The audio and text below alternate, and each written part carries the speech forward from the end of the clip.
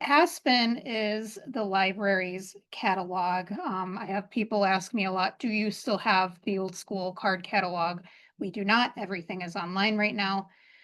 So the way that you are going to find items through searching, place holds, and manage your account is going to be through Aspen. That is our online library catalog.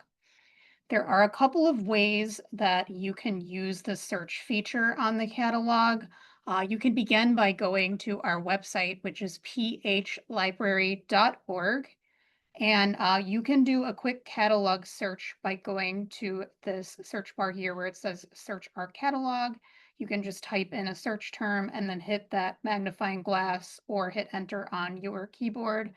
But if you want to access the full catalog page, you're going to go up to this top navigation bar where it says catalog, and you'll click here, and that is going to take you to I apologize, that's going to take you to the full catalog page.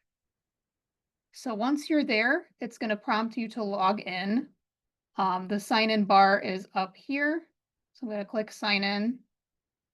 And you'll need your library card number, which is the full number on the back of your library card underneath the barcode. You'll type it in with no spaces. I have letters typed in here. That's because I'm accessing a staff account. So yours will be the number on the back of your card. Mine is not. And then your PIN that defaults to the last four digits of your phone number. So type that in, and if it does not work, that means that you have reset your PIN at some point. And if you don't remember what it is, you will have to contact the library to reset it, but it is a fairly quick process. If you don't remember your library card number, you can click here where it says get my library card number and then follow the steps to retrieve it. If you don't have a library card, this link isn't going to help you. You do have to visit the library to get a library card. Okay, so I've typed in my information. I'm going to click sign in. And once I'm signed in, it's going to bring me to my account. And we're going to cover this a little bit later. I actually want to show you the search features first. So at any point, you can click this little house button up here to go to the catalog homepage. So this is the home page. It shows you some featured books. You can scroll through that if you'd like. But I'm going to demonstrate a search. So if you go up here to this white bar with the magnifying glass, this is the search bar. There are a couple of drop-down menus next to the search bar. So if I come over to this first one here and I click the little drop-down arrow, these are some options for basic searching. So I could do a keyword search. I can search by title, start of title, series, author, subject, call number. You can also do an advanced search, which we will go over in just a moment. That's a little different from a basic search. There's another drop-down menu here, and if you click the little drop-down arrow, this gives you some options for where you are searching. So today we're just going to stick to the library catalog, but you also have the option to search online collections, articles and databases, user lists. These are lists created by local libraries. You can search a series, you can search for help. You can also search in WorldCat, which is interlibrary loans outside of our system. But like I said, we're just going to go ahead and stick to the Aspen catalog today. So I'm going to demonstrate a basic keyword search. So I've kept these to their default settings to keyword, and I'm searching in the library catalog.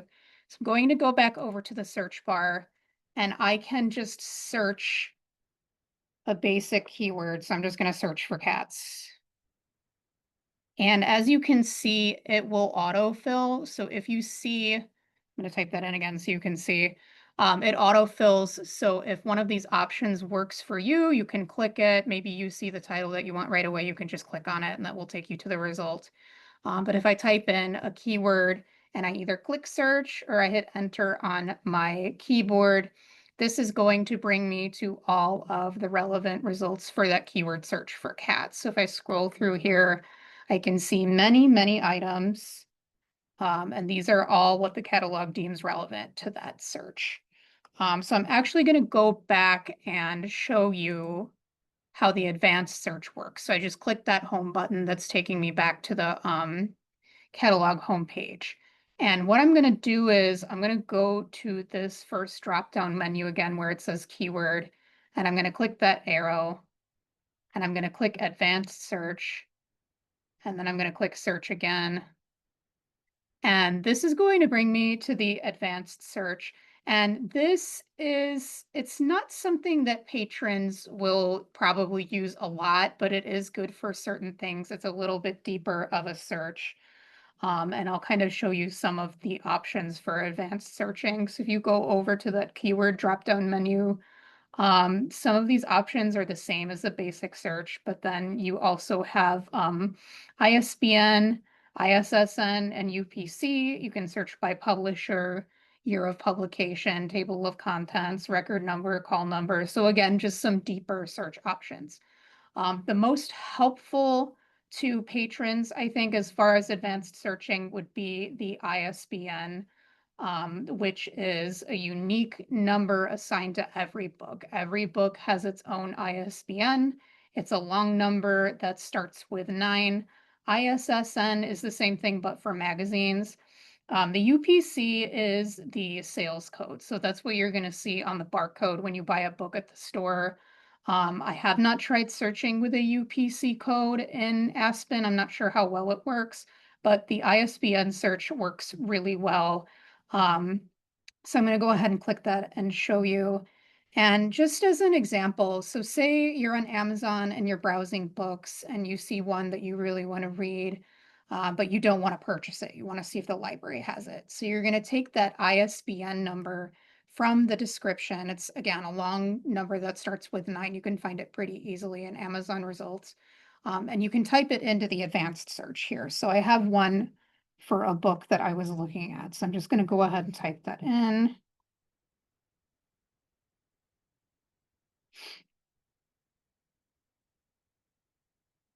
So this is the ISBN for the book that I'm looking for.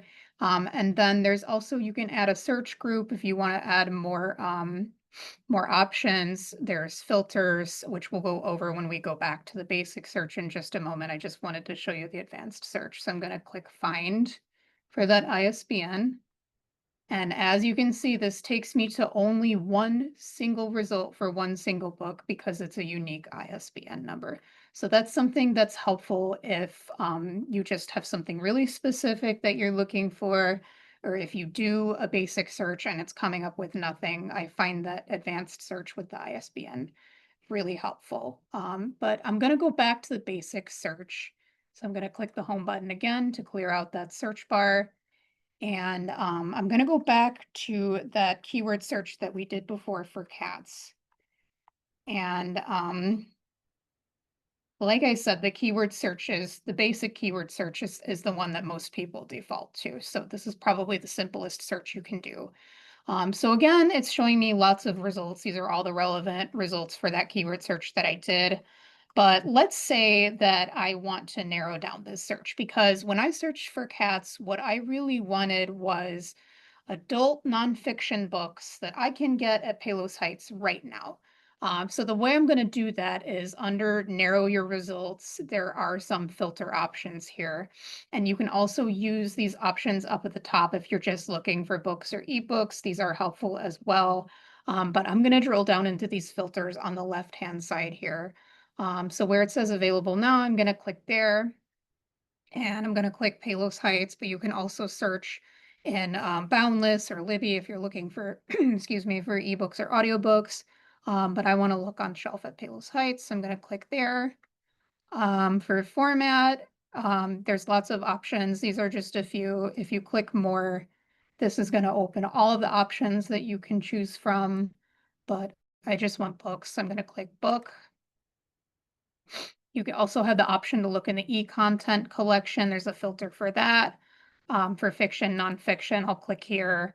And I want to see nonfiction books, so I'll click there. For audience, this is also important. Juvenile is kids, young adult is teens. So I just want to see adult books. So I'll click the adult filter. And then there's a few others. You can filter by author, series, subject, language, etc. But I'm going to stick with these for now. And if I want to remove a filter at any point, all I need to do is either click the box to uncheck it, or if you come up to the top where all of your filters are, you can click that, excuse me, that little red circle with a line through it to get rid of that filter. But these are my filtered results. So what this should be showing me is just the adult nonfiction books that are available at Palos right now. Every once in a while, you'll get a little result that sneaks in that gets past your filters. So what I mean is we only wanted to see adult books for this search. We selected that filter. But I still see one, and this is the second result that is a children's book. And there's a couple of ways to tell. You can see by looking at the cover, it looks a little juvenile. And then if you look at the Dewey number here, which is a number with a decimal point, and then the three letters afterwards that represent the author's name, if you see a J next to that, that means that it's juvenile. So this is just to say that sometimes the filters aren't 100% accurate. So you do want to make sure that you look closely at your results to see if it's something that you're really interested in. And then for those adult books, they will not have the J next to it. So this is what a Dewey number looks like for an adult book. So yes, so these are your filtered search results. And something that is really useful in Aspen as a search feature is if you're interested in something, you can click either the book cover or the title. And this is going to bring you to some more information about the book. So I can see authors, I can see if it's part of a series, publication information. There's that ISBN that we talked about with the advanced search. I can also see a status icon, and this is something when we go back to the search results, I'll show you, you can see that as well. You can see the status and where it's at. Um, so the status icon, if you see a green on shelf icon like this, that means that it is on shelf at the library and you can go and get it. If you see a yellow icon that says checked out or available from another library, that means that you will have to place it on hold and it'll be a little bit of a wait. And if you see a red icon that says checked out or coming soon, that means that it's either completely checked out everywhere or it's on order. So again, just a bit of a wait. And then if you want to see all of the libraries it's available at for a specific item, you can click this, where is it? And this is going to bring up all of the libraries that own it. So if you see a library is in bold and it has a check mark next to it, that means that it's on shelf. If it's not bolded, that means that it's checked out or it's on order. And then you can also see how many copies are available. And then you can close out of this window. And then you can just see more information about the book. There's a description. Again, this is just another way to see where it's at. More details. You can read about the author, other books that this author has written. For some books, particularly for fiction, you can see sometimes you can see read-alikes in the catalog listing for that book, which is books that are similar to the book that you're looking at. But for this particular catalog entry, there are not any.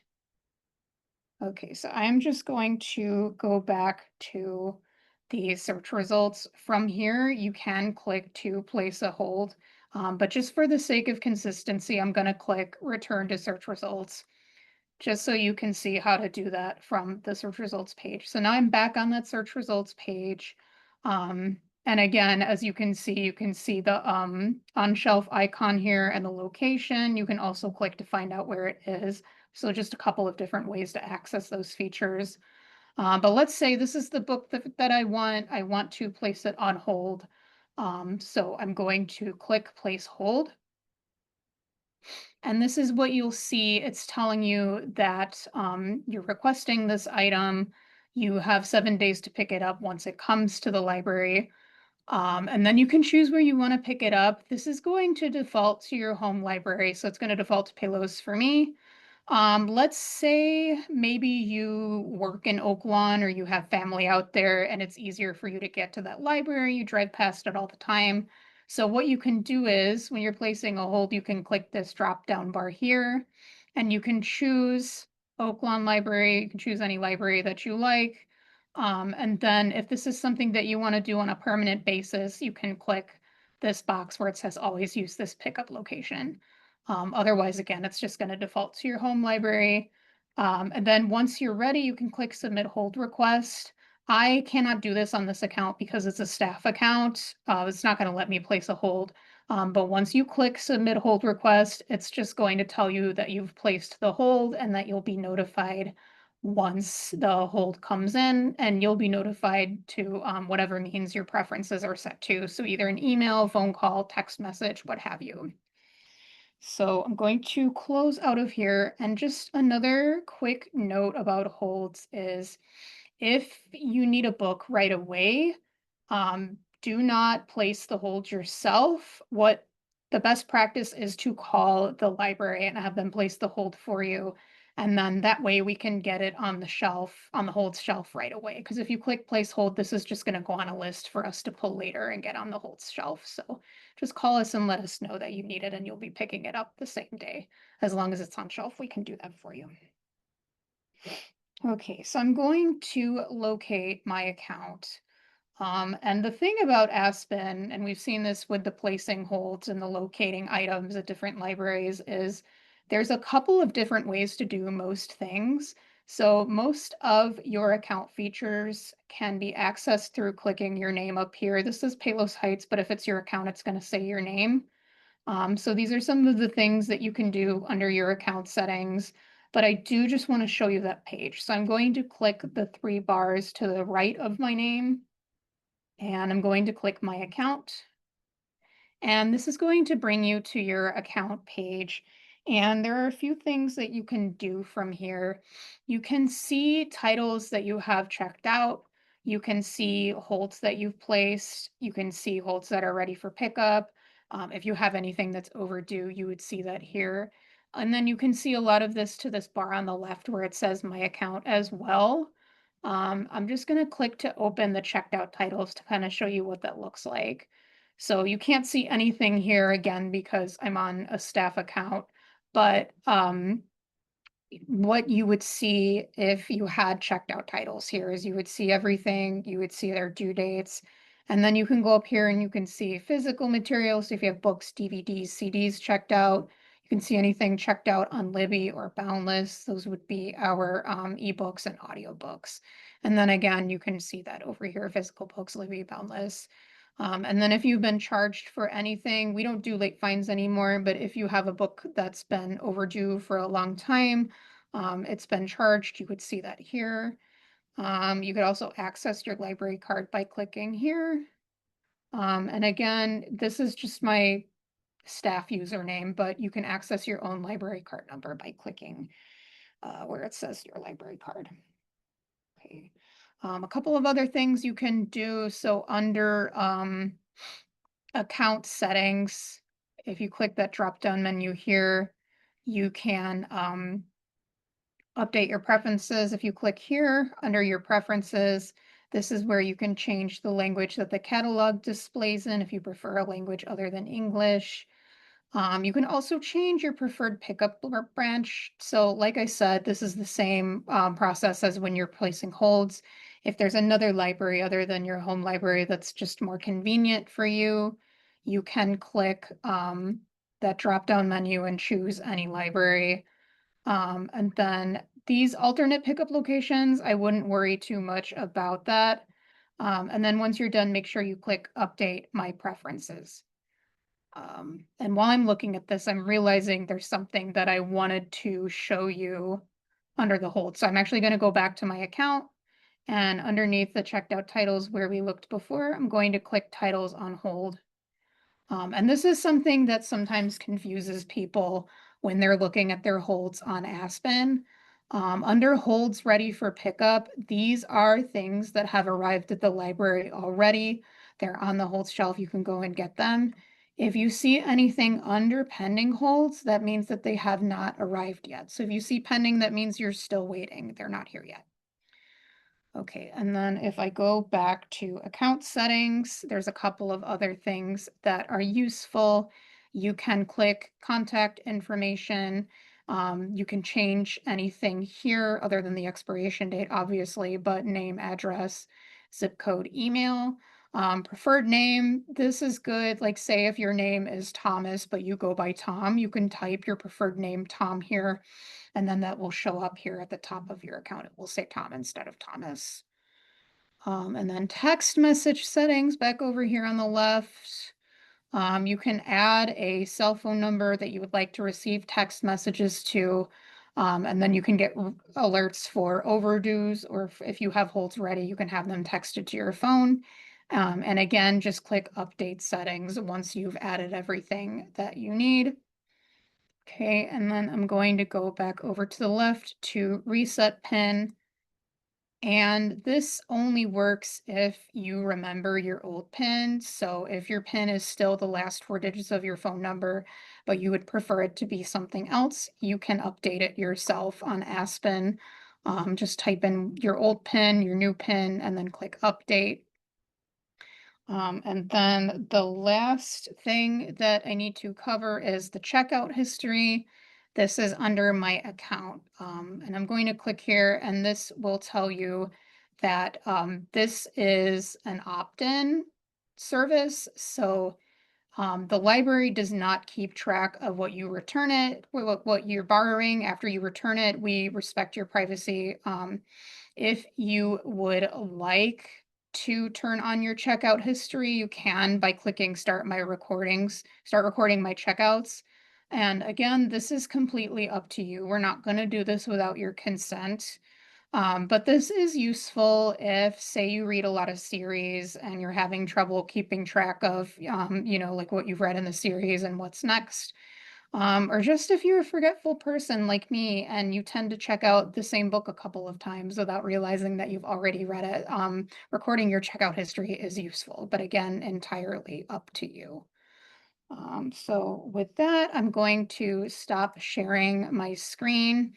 And we have covered all of the basic features of the Aspen Library Catalog. So at this time, I'm going to open it up to questions if anybody has any questions. Otherwise, if you come up with anything later, you can always give the Public Services Desk a call or stop in, and we're always happy to help you with Aspen. So does anybody have any questions?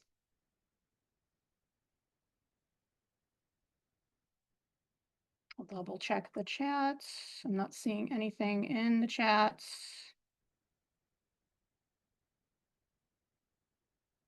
Okay, so I'm going to go ahead and end the meeting then if nobody has any questions.